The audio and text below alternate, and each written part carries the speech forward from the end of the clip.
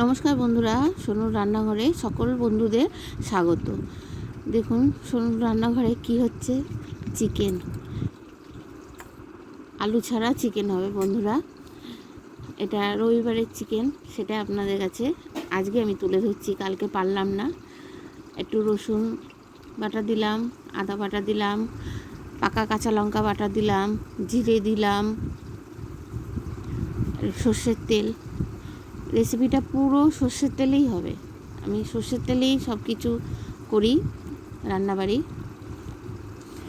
নুন দিয়ে দিলাম আর পেঁয়াজটা দিয়ে দিলাম, দিয়ে ভালো করে মেখে নেব। ভালো করে হাত দিয়ে চটকে চটকে মাংস মাখলে এর স্বাদই হয় আলাদা, জানেন বন্ধুরা। এইবার টক দই দেবো, দইটা আমার ঘরের পাতা দই, একটু টক দই দিয়ে দিলাম, দিয়ে ভালো করে মাখবো। মেখে আধা ঘন্টার জন্য রেস্টে রেখে দেবো। বেশ ভালো করে মাখতে হবে, এরমভাবে মাখবেন, তাহলে স্বাদ দেখবেন কত মজা খেতে। গরম সর্ষের তেল কড়াইতে দিয়ে গরম করে নিয়ে তার মধ্যে দুটো শুকনো লঙ্কা, তেজপাতা দুটো, এর মধ্যে গোটা জিরে, লবঙ্গ, দারচিনি, এলাচ দিয়ে দিলাম, গোটা গরম মশলা দিয়ে দিলাম, দিয়ে স্লাইড একটু চিনি দিলাম একটু কালার হওয়ার জন্য, দিয়ে এবার ভালো করে নেড়ে চেড়ে নিলাম। নিয়ে এবার পেঁয়াজটা দিয়ে দিলাম, পেঁয়াজটা দিয়ে ভালো করে একটু ভাজবো। খুব বেশি ভালো করে ভাজবেন না, কড়া করে, একটু বাদামি যেই হবে তখনই ওর মধ্যে আবার রসুন দেবেন।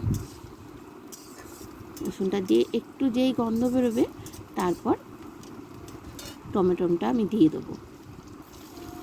একটা টমেটো 4 টুকরো করে নিয়েছি, নিয়ে ভালো করে নেড়ে চেড়ে একটু স্লাইড নুন দিয়ে দেবো ওর মধ্যে, দিয়ে মজে যাবে জিনিসটা ভালোভাবে। নেড়ে চেড়ে ভালো করে কষিয়ে নেব।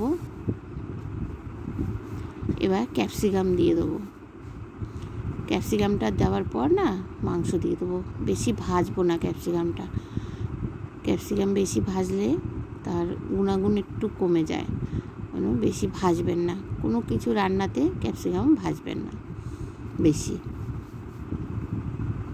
এবার আমি চিকেনটা দিয়ে দেবো, আলু ছাড়া চিকেন বন্ধুরা, দিয়ে ভালো করে নেড়ে চেড়ে কষতে থাকবো।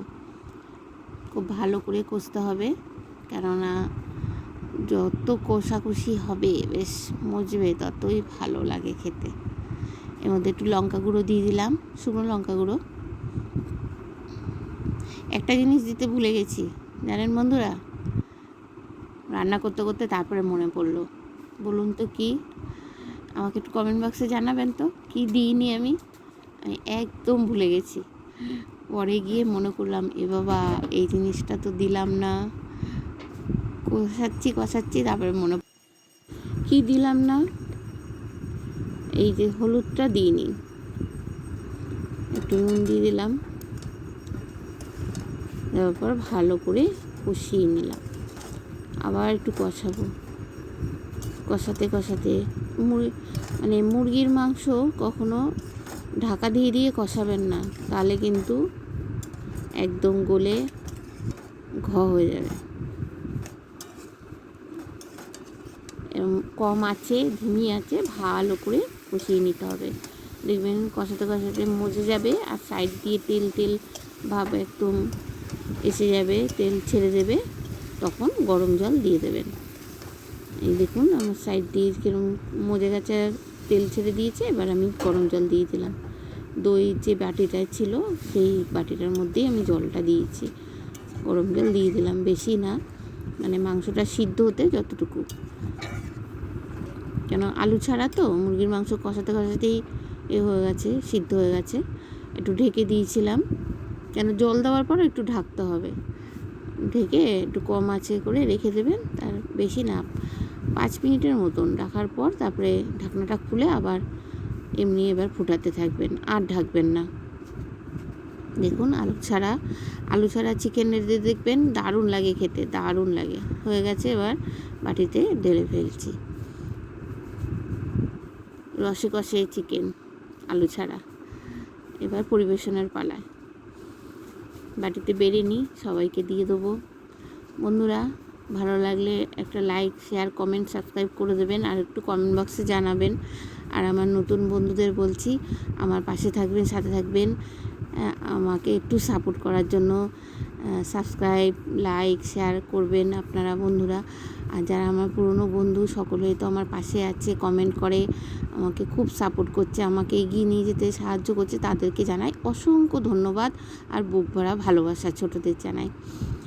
দেখুন আমার হয়ে গেল। কেরম লেগেছে আমার রেসিপিটা, চিকেন রসে কষে আলু ছাড়া চিকেন কেমন লেগেছে একটু কমেন্ট বক্সে জানাবেন বন্ধুরা। সম্পূর্ণ ভিডিওটা দেখার জন্য ধন্যবাদ বন্ধুরা।